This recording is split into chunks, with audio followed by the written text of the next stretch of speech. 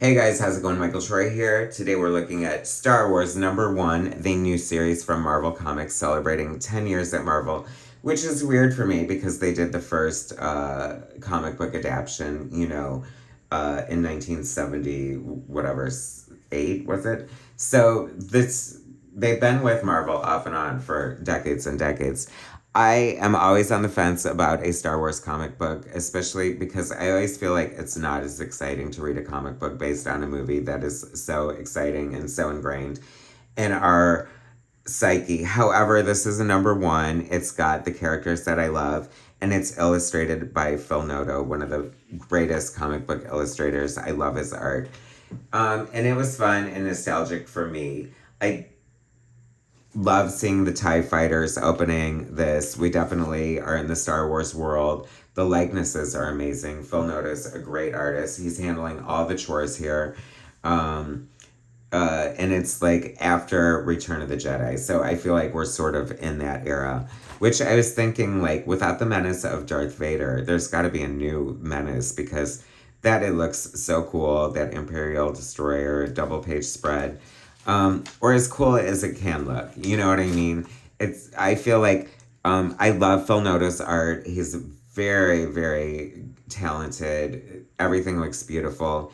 There's a slight bit of stagnant quality to his art that I feel like doesn't do justice to Star Wars in a way when you're having like TIE fighters fighting and stuff.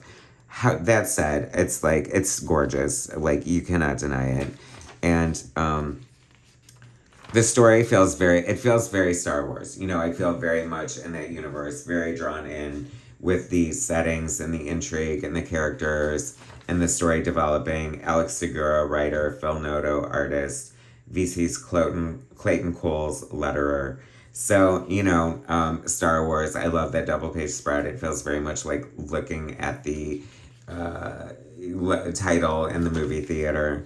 And Princess Leia, my beloved Carrie Fisher, probably the biggest reason I love Star Wars. So I'm happy to see her here, looking fetch, looking very much like Carrie Fisher, and having this sort of meeting of diplomacy or whatever in her role, and sort of being called out, and I don't know, it's kind of fun and intriguing. Then we have Han Solo and this old bounty hunter. Once again, we're on a familiar looking Star Wars terrain, and this made me so happy. These stormtroopers look so great.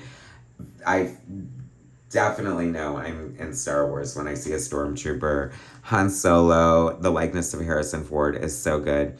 Sometimes the likenesses are really good. I mean, they're always really good, but sometimes they do look a little bit like straight out of reference for me. But that's just being a little nitpicky. This is a fun book. If you're a Star Wars fan and really into the comic, my friend Jason, you inspired me to get this, by the way. So I might just give it to you. I don't know. But I don't know if I'll be back for more. Like, I love it. I love Phil Noto's art. But I don't know, aside from the movie, I don't know if I've invested enough in the comics to really give a crap. That said, it was really good, fun issue, great start off point. Happy anniversary, Marvel and Star Wars 10 years. Anyway, thanks for watching, guys. Subscribe to my channel if you haven't already. Hit that like button, and I'll bring you more soon.